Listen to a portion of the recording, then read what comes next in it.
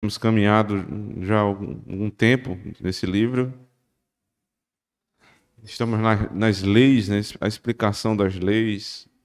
Algumas são mais claras, outras fica difícil até compreender como é que seria a possibilidade de elas terem alguma aplicação para nosso tempo. Mas elas têm, certamente têm. O nosso trabalho aqui é justamente fazer essa transição do Antigo para o Novo Testamento, encontrar Cristo e saber o que ele tem a nos falar.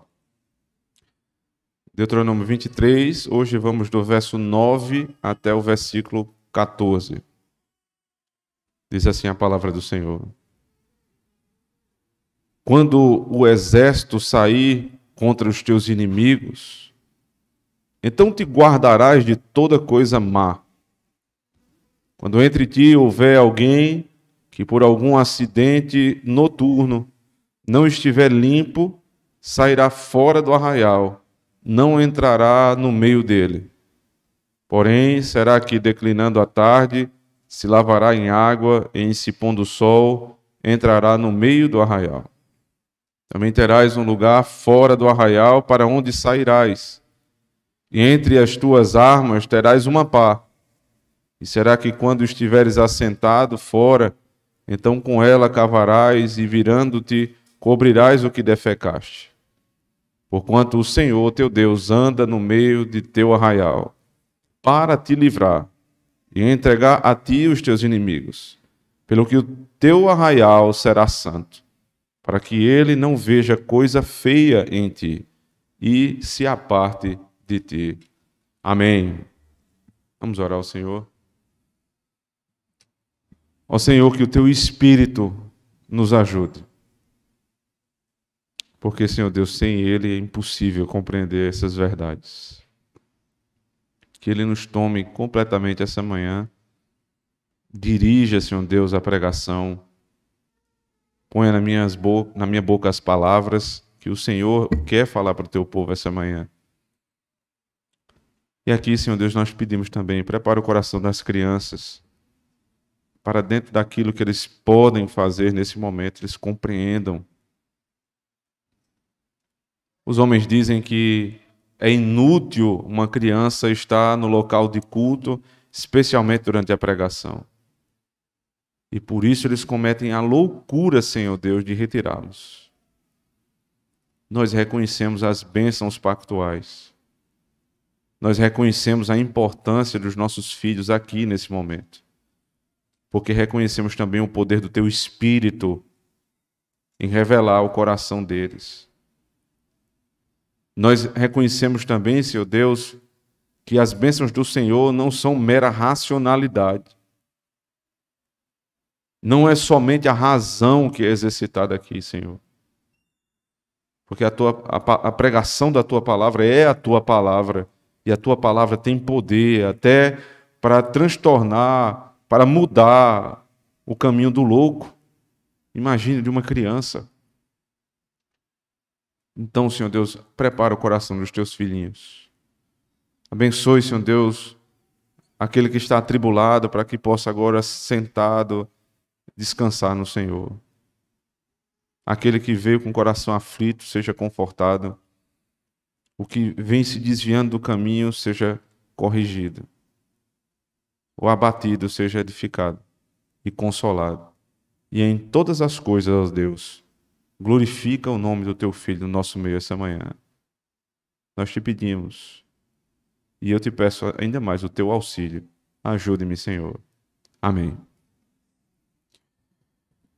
Guerra é guerra. Essa expressão, ela define muita coisa a respeito de quando uma campanha militar ela se inicia. Porque, geralmente, nas guerras, há um afrouxamento da lei.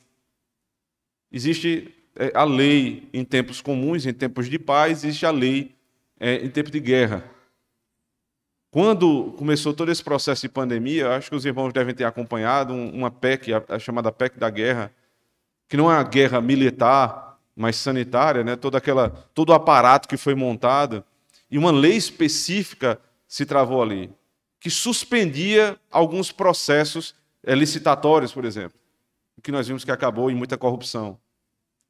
Mas veja, o fato de ter suspendido alguns processos, alguns procedimentos burocráticos que são necessários para evitar justamente o que ocorreu, eles se dão por conta da urgência, da necessidade iminente de tomada de decisão. E essa talvez tenha sido a oportunidade mais próxima de nós podermos passar por um momento assim de guerra analogamente, onde as pessoas precisam afrouxar alguns tipos de processos para que rapidamente se tome decisões. Porque guerra é guerra. Mas veja só, isso tem limite. Porque guerra é guerra, não lhe dá o direito, nesse caso que eu acabei de citar, de desviar dinheiro. De pegar o dinheiro que era para comprar respirador e fazer outra coisa com ele. Esse tipo de afrouxamento não é justo nem em guerra. Pelo motivo óbvio, porque ele desvia do motivo pelo qual você entrou na guerra. Isso é o desvio do motivo. Então, na guerra existem limites. E quando a expressão guerra é guerra, ela tem sim um fundamento na verdade, porque você, por exemplo, você tem várias leis que na guerra elas precisam ser quebradas.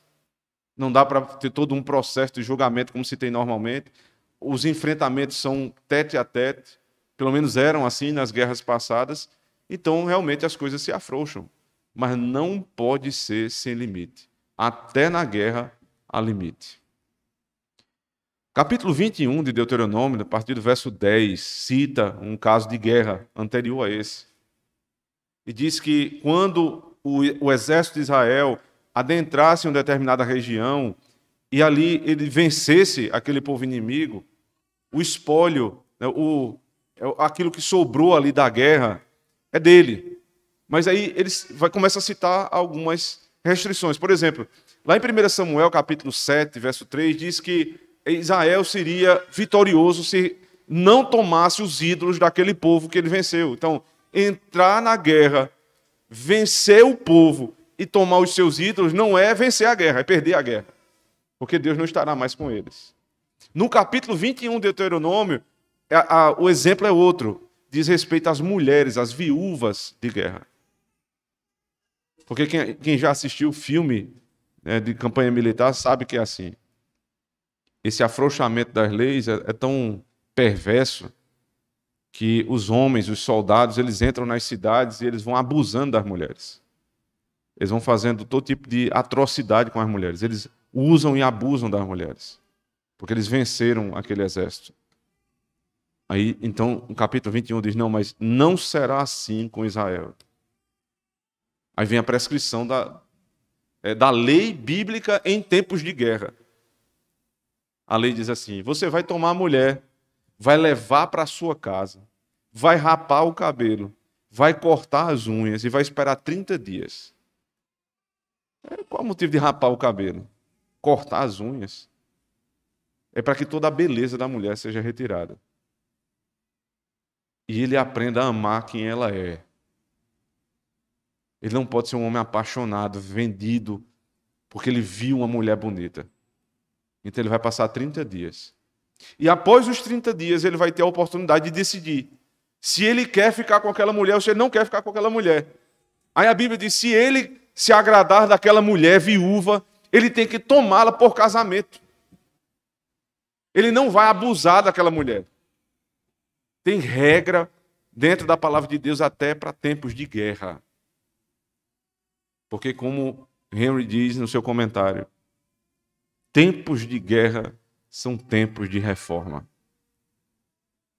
Tempos de guerra são tempos de reforma. Nós estamos enfrentando um período muito difícil, irmãos. Não é guerra simplesmente contra um vírus, não, que ainda não cessou. É uma guerra de informação. É uma guerra pelas nossas consciências, pela nossa mente, pela nossa fé. E nós não podemos baixar a guarda. Não podemos afrouxar as leis nesse tempo. É tempo, irmãos, de sempre, né, retomar a lei de Deus, citá-la sempre na nossa casa, meditar sobre ela, aplicar o período que nós estamos vivendo, o que é que a lei de Deus diz a respeito dessas coisas, o cuidado com a vida, o cuidado com a vida espiritual, quem vem primeiro, o que é mais importante, o culto ou a vida, o que é mais importante, estar em comunidade ou até mesmo viver. Tudo isso precisa ser colocado na mesa, porque tempos de guerra são tempos de reforma.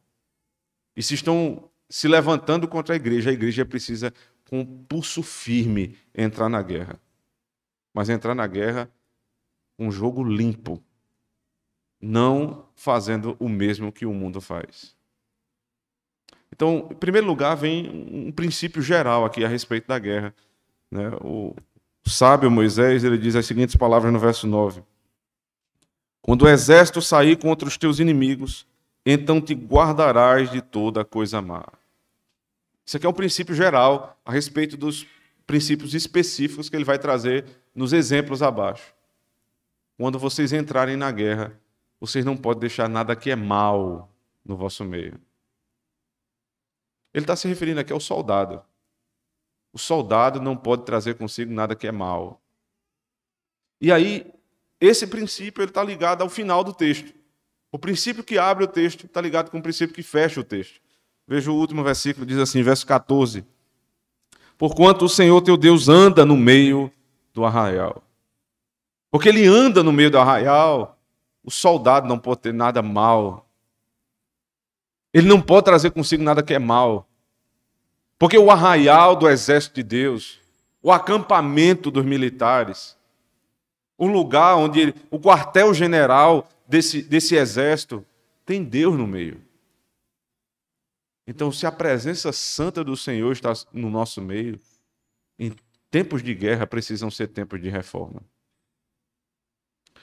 Aí perceba, o soldado que não tem nada mal na sua consciência.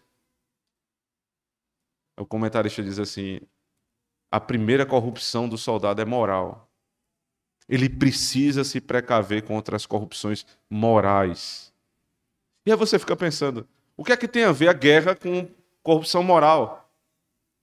Por que eu vou ser derrotado se eu tenho um problema moral? Não é a arma que vai vencer? Aí ele diz, não, quem vai dar a vitória é o Senhor.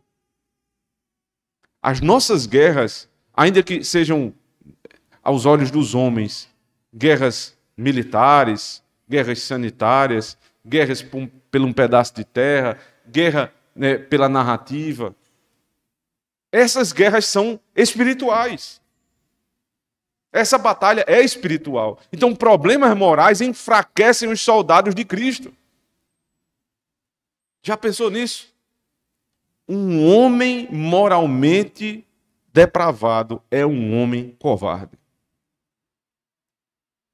Um homem moralmente depravado é um homem covarde.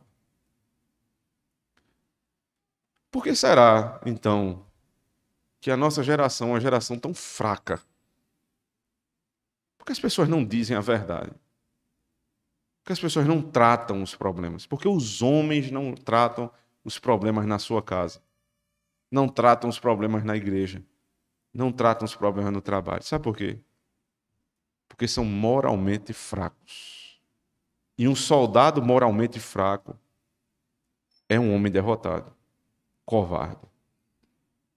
É por conta disso aqui, irmãos, que o pai de família dentro de casa, que ele não se sente moralmente capaz de gerir a sua casa, de ordenar os seus filhos, de orientar a sua esposa e de dizer a ela qual é o caminho que ela deve andar. A gente tem alguns nomes para dar aqui no Nordeste, né? Você é um cara frouxo. Esse é um cara macio. Não sei se você já ouviu essa expressão, mas é uma expressão bíblica, inclusive. Macio. E sabe qual é a analogia para macio? É um homem efeminado. Os homens moralmente devassos são covardes. Ele não tem condição de chegar para a mulher dele e dizer, olha, você tem que fazer isso. Porque no fundo, na consciência dele, lá no fundo mesmo, ele sabe, eu sou pior do que ela. é o pastor, o presbítero, que as coisas acontecem dentro da igreja e ele fica, não, é melhor não fazer isso, é melhor não tocar nisso aqui, é melhor a gente não tratar isso. Sabe por quê? Porque ele sabe que ele é fraco. Ele sabe quem ele é. Então, soldados que estão moralmente incapacitados para a guerra, eles são perdedores, são fracos, são covardes, são efeminados. Não adianta entrar na guerra, você pode ter a arma que você tiver. Se você é moralmente incapacitado, você é perdido. Você é derrotado. Eu primeiro tenho que tratar a minha consciência, irmãos. Veja que a carta aos Hebreus, texto que a gente sempre visita, né, quando há exposição no texto de Deuteronômio, Hebreus capítulo 9, abra comigo, por favor.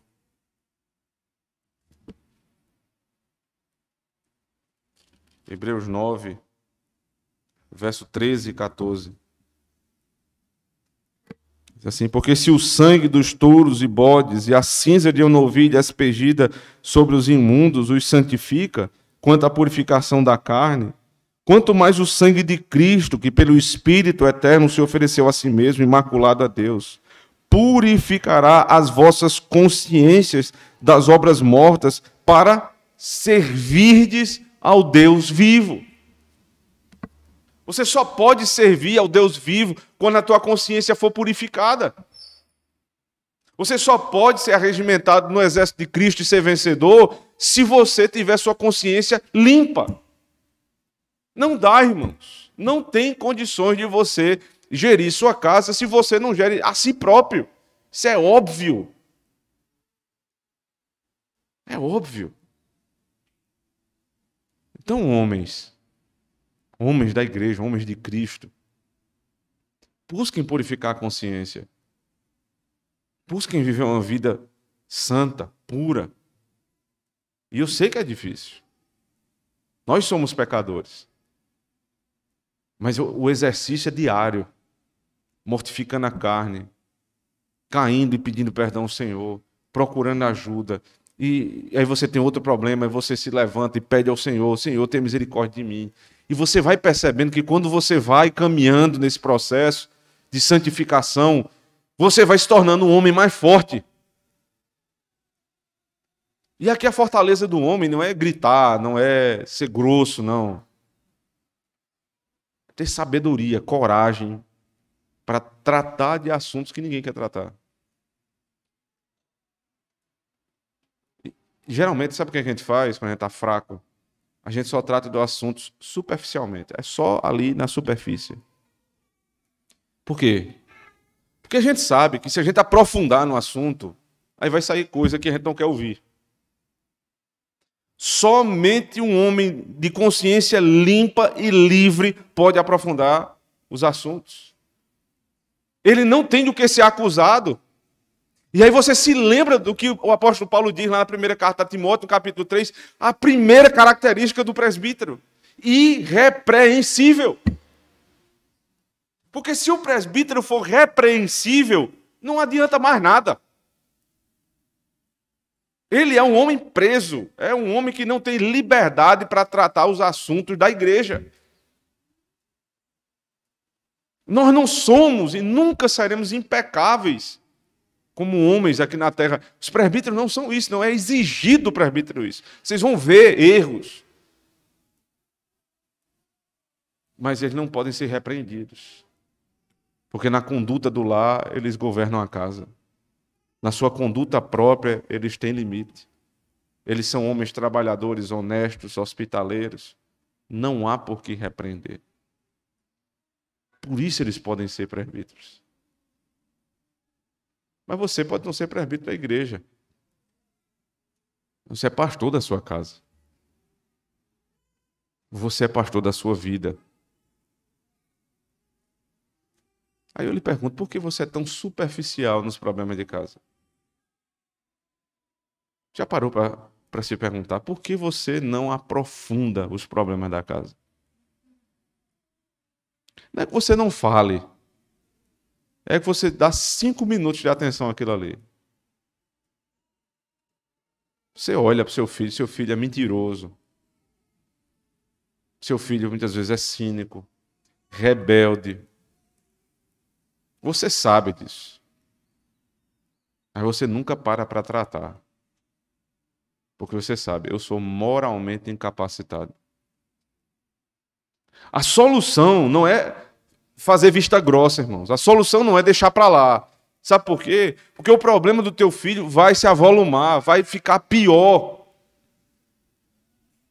A solução é tratar primeiro o teu coração, purificar a tua consciência em Cristo, mudar de postura consigo próprio diante de Deus e então tratar do teu filho. Tratar da tua esposa. E por que a ênfase é tão grande aqui no homem? Quem vai para a guerra? Quem é que vai para a guerra? Não são as mulheres nem as crianças que vão para a guerra, são os homens. Não adianta ter arma, munição, tanque de guerra, colete à prova de balas, se você é um soldado moralmente incapacitado. Você já está perdido. Primeira característica na guerra de Cristo é: eu preciso tirar tudo o que há de mal dentro de mim. Sabe por quê? Porque o Senhor está no meio do arraial. Ele está no nosso meio. E por que precisa purificar a consciência? Porque o Senhor vê todas as coisas. Nós vamos falar disso daqui a pouco. Voltando para o texto, depois do verso 9, ele diz no verso 10: quando entre ti houver alguém que por algum acidente noturno não estiver limpo, sairá fora do arraial, não entrará no meio dele. A lei cerimonial, claramente aqui, uma corrupção cerimonial. Primeiro a corrupção moral, depois uma corrupção cerimonial. Por que esse homem não pode entrar no arraial? Veja só. Eles estão em guerra, estão acampados. E aí um homem tem uma emissão involuntária, noturna, de sêmen. Tempos de guerra, muito longe da família, muito longe da esposa, e isso vai acontecer naturalmente. É involuntário. É involuntário, não há uma maldade dolosa. É involuntário. Mas precisa ser tratado. Porque ali é a semente da vida que foi expelida de um modo que não é o modo para o qual a finalidade daquele sêmen deveria ter. E aí esse homem se torna impuro. Veja, tem uma lei lá em Levítico, abra comigo, Levítico capítulo 15, que especifica melhor esse texto. Levítico 15, verso 16.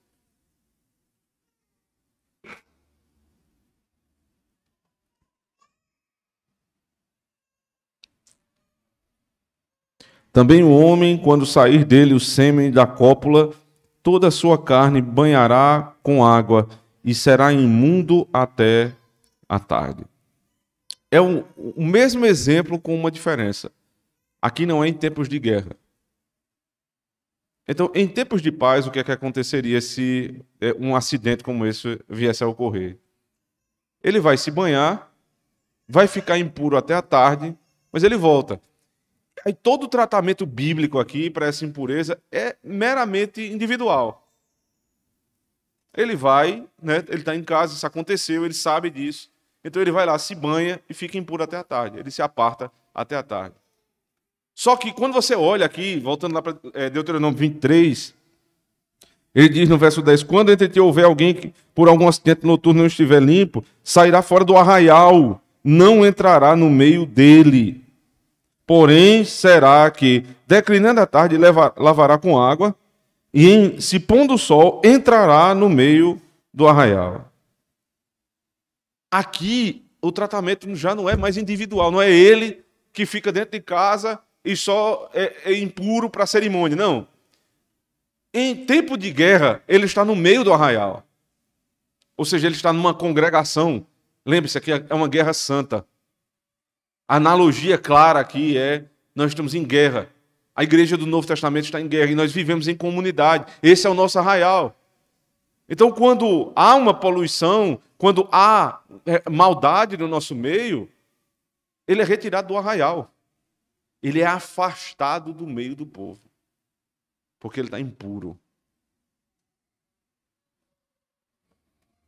Os pecados individuais trazem problemas coletivos. Não existe essa história, não. Fulano, ele é mau, mas ele é mau só para ele.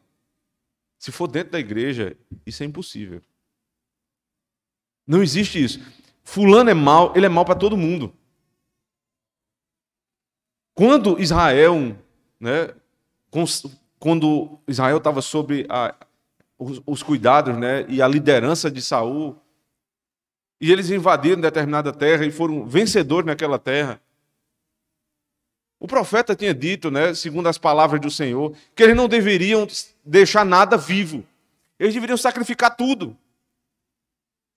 E aí Saul veio e disse: estamos aqui, fizemos o que Deus mandou, nós exterminamos aquele povo. E Samuel disse: mas eu estou escutando aqui balido de ovelha.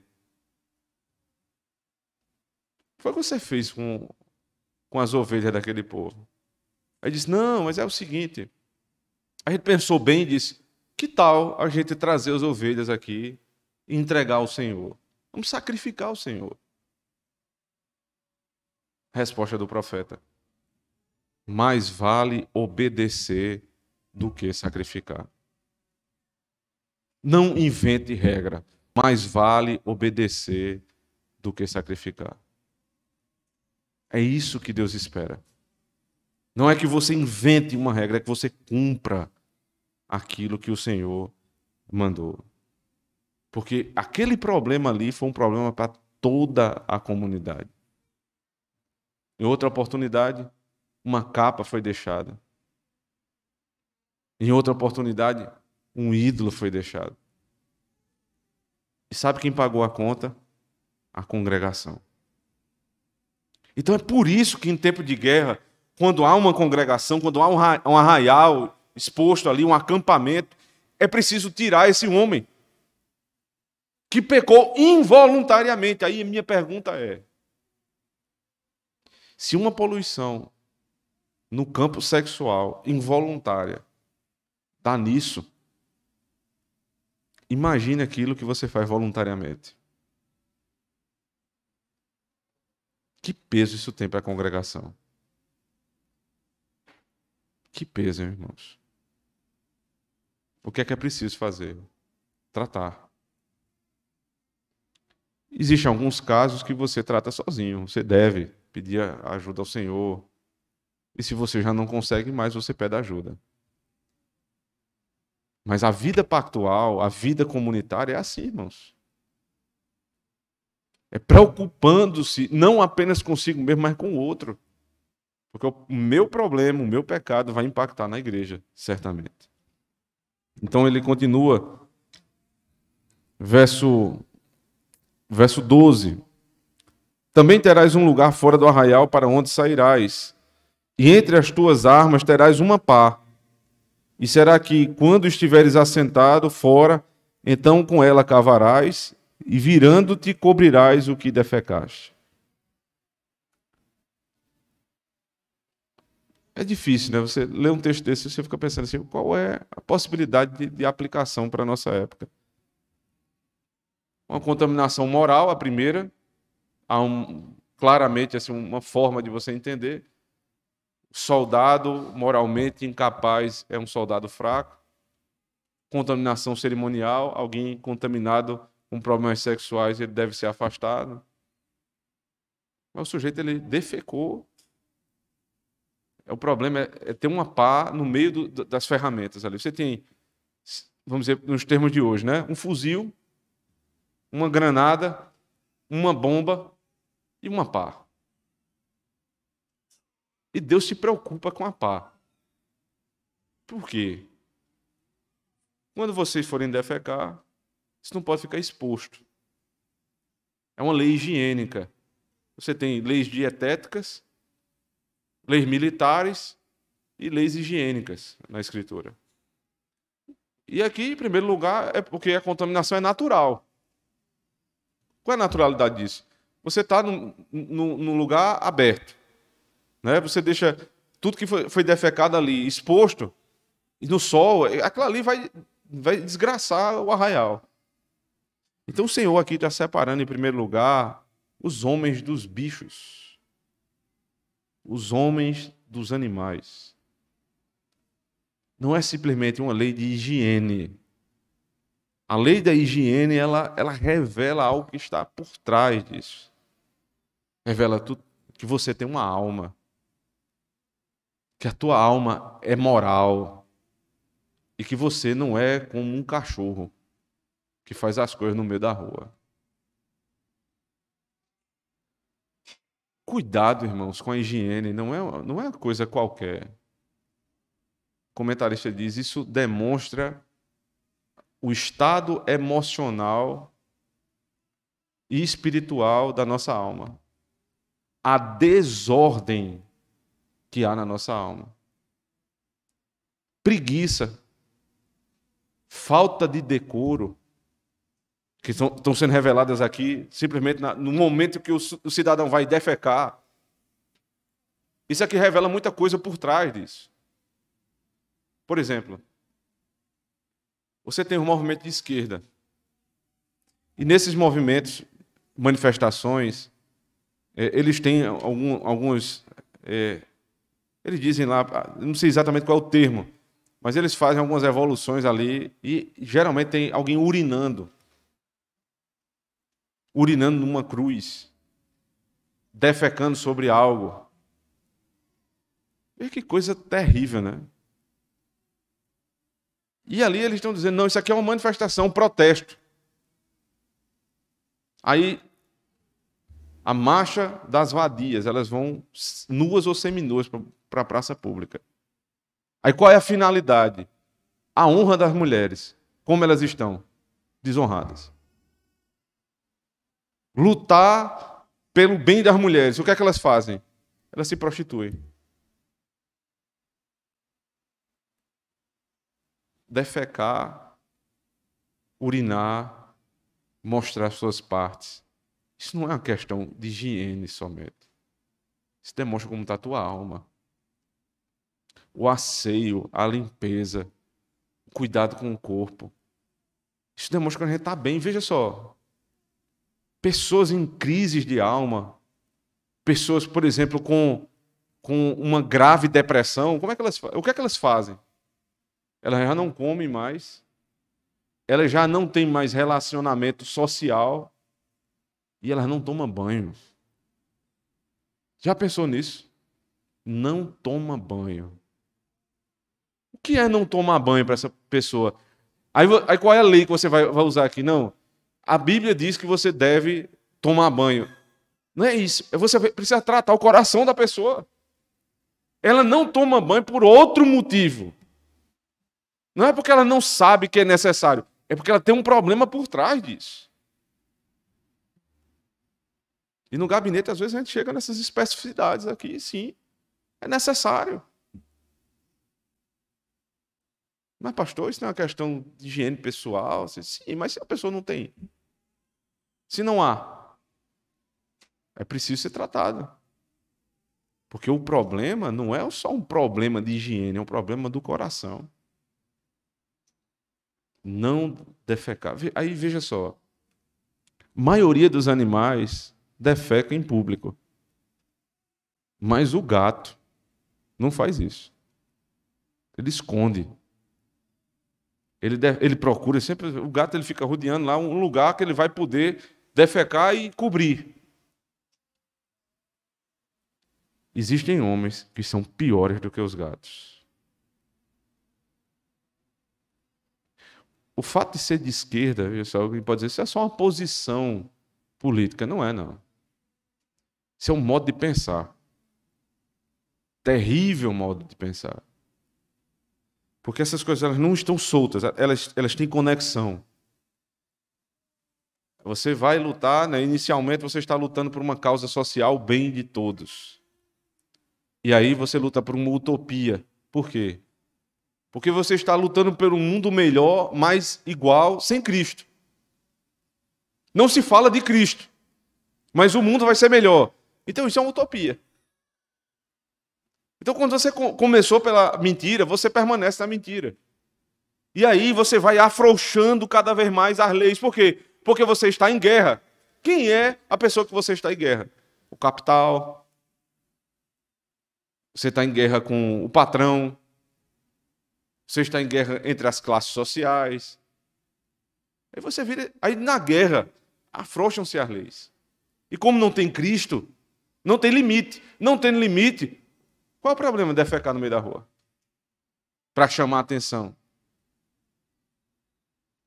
Qual é o problema de fazer aquilo que fazem nas universidades, as pessoas nuas?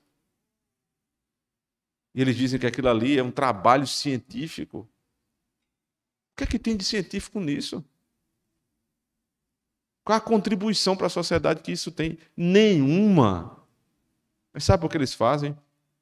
Porque eles já estão como animais. Eles são como animais, piores do que um gato que enterra o que defeca. Teu cuidado, meu irmão, com o teu corpo, com a higiene.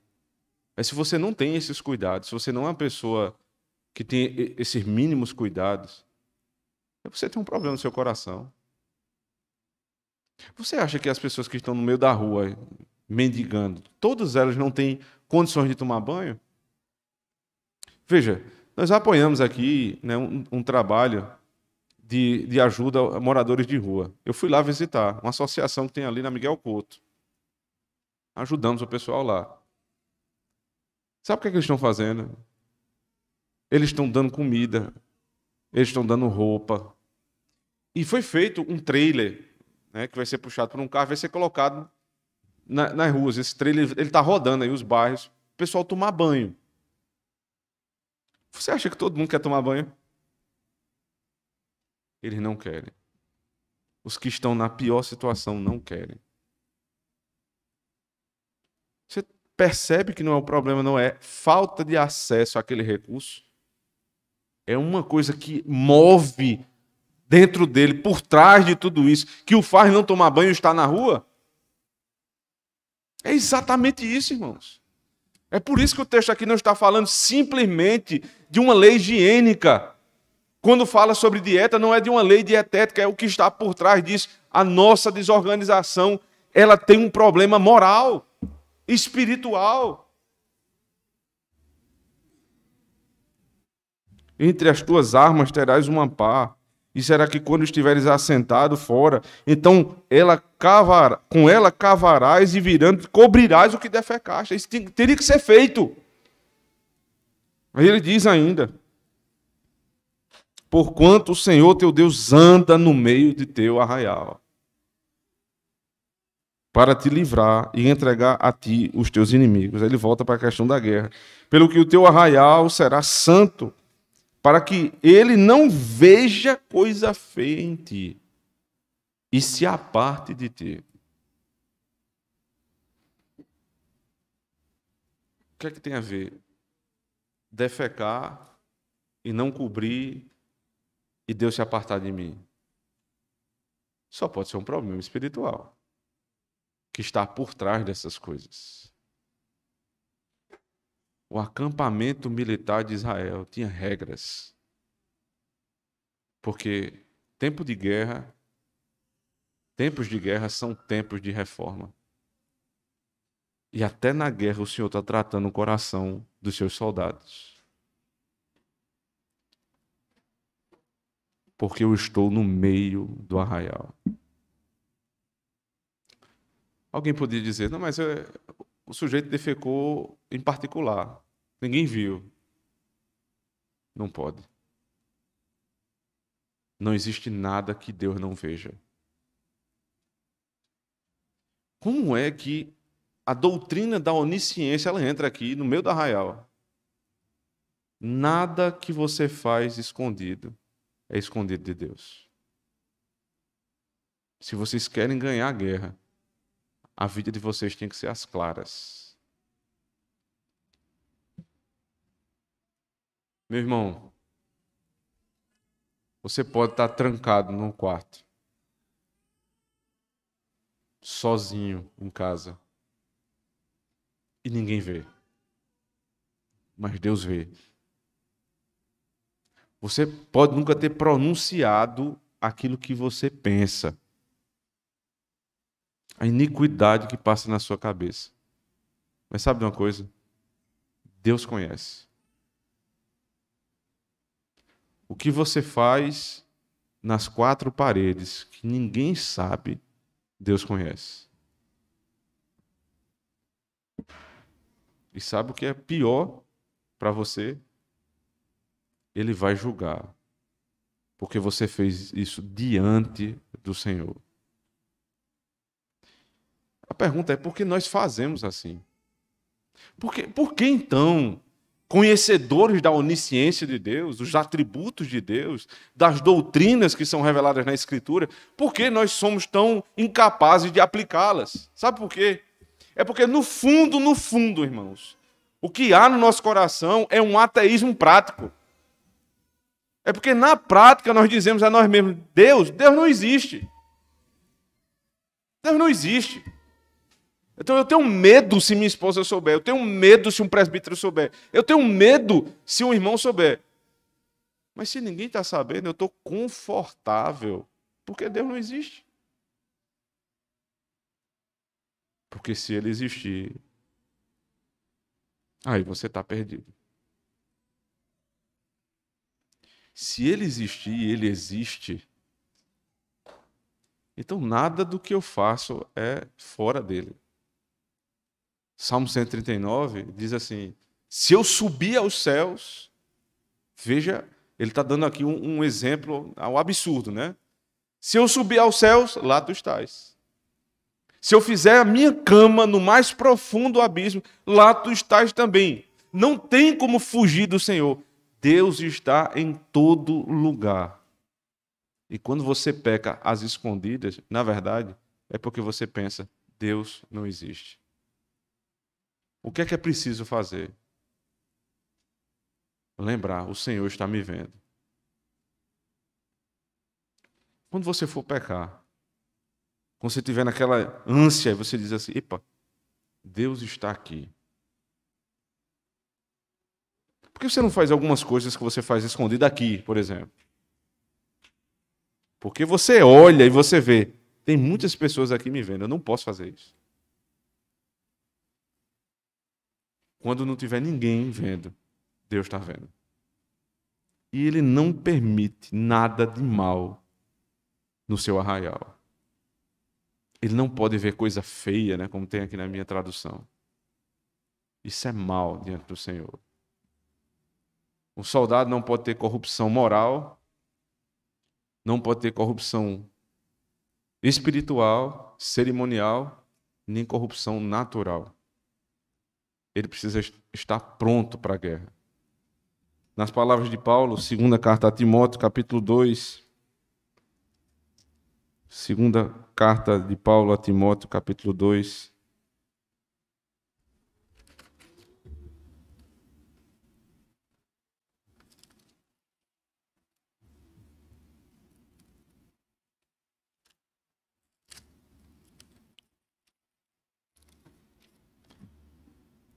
A partir do verso 3. Diz assim: tu, pois, sofre as aflições, como bom soldado de Jesus Cristo.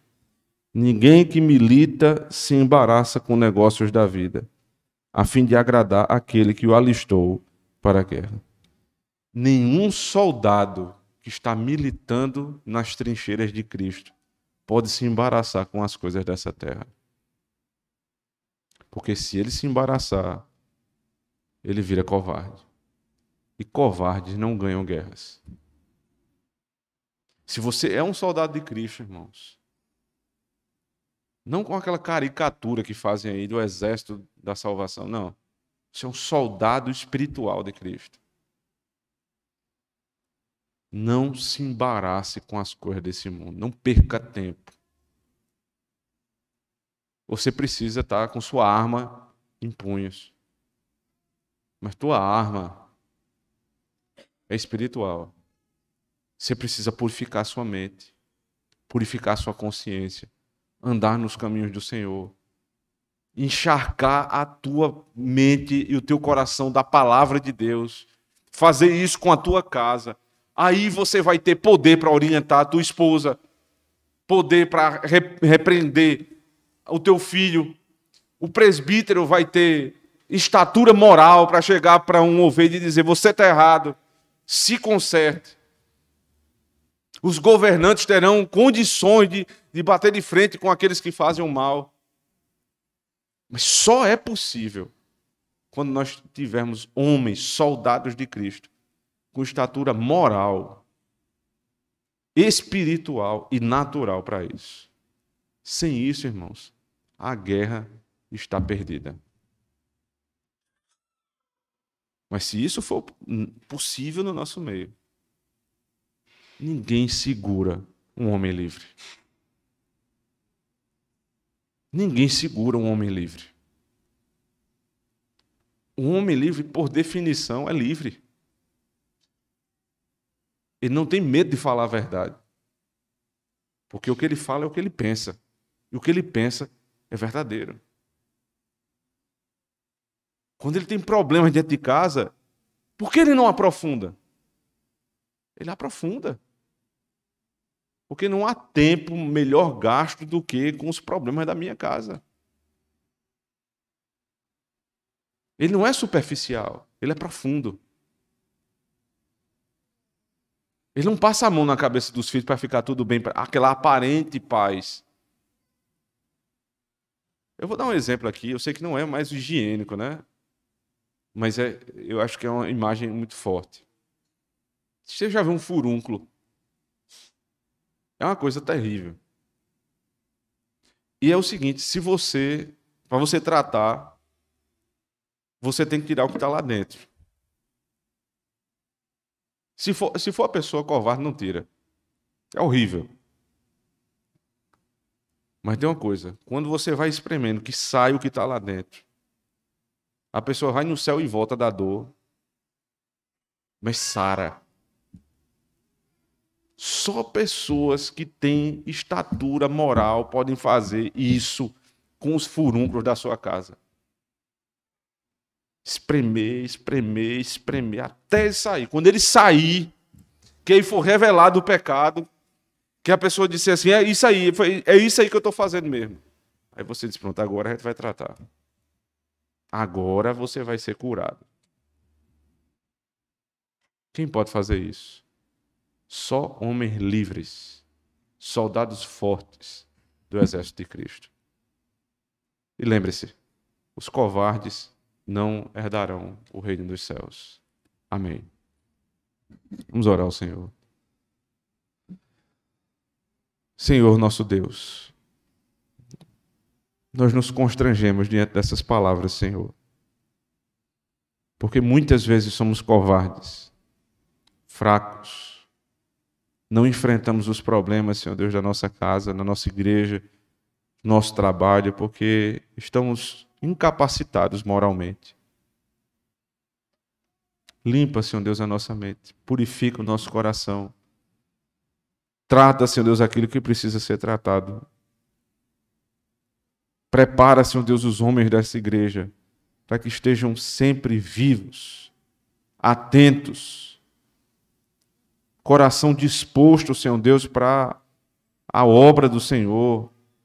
E a obra do Senhor, Senhor Deus, não é simplesmente pregar publicamente, administrar os sacramentos, ser missionário. Não, a obra do Senhor é um homem sendo homem, um pai sendo pai, um marido sendo marido, um pastor pastoreando. Isso é a obra do Senhor.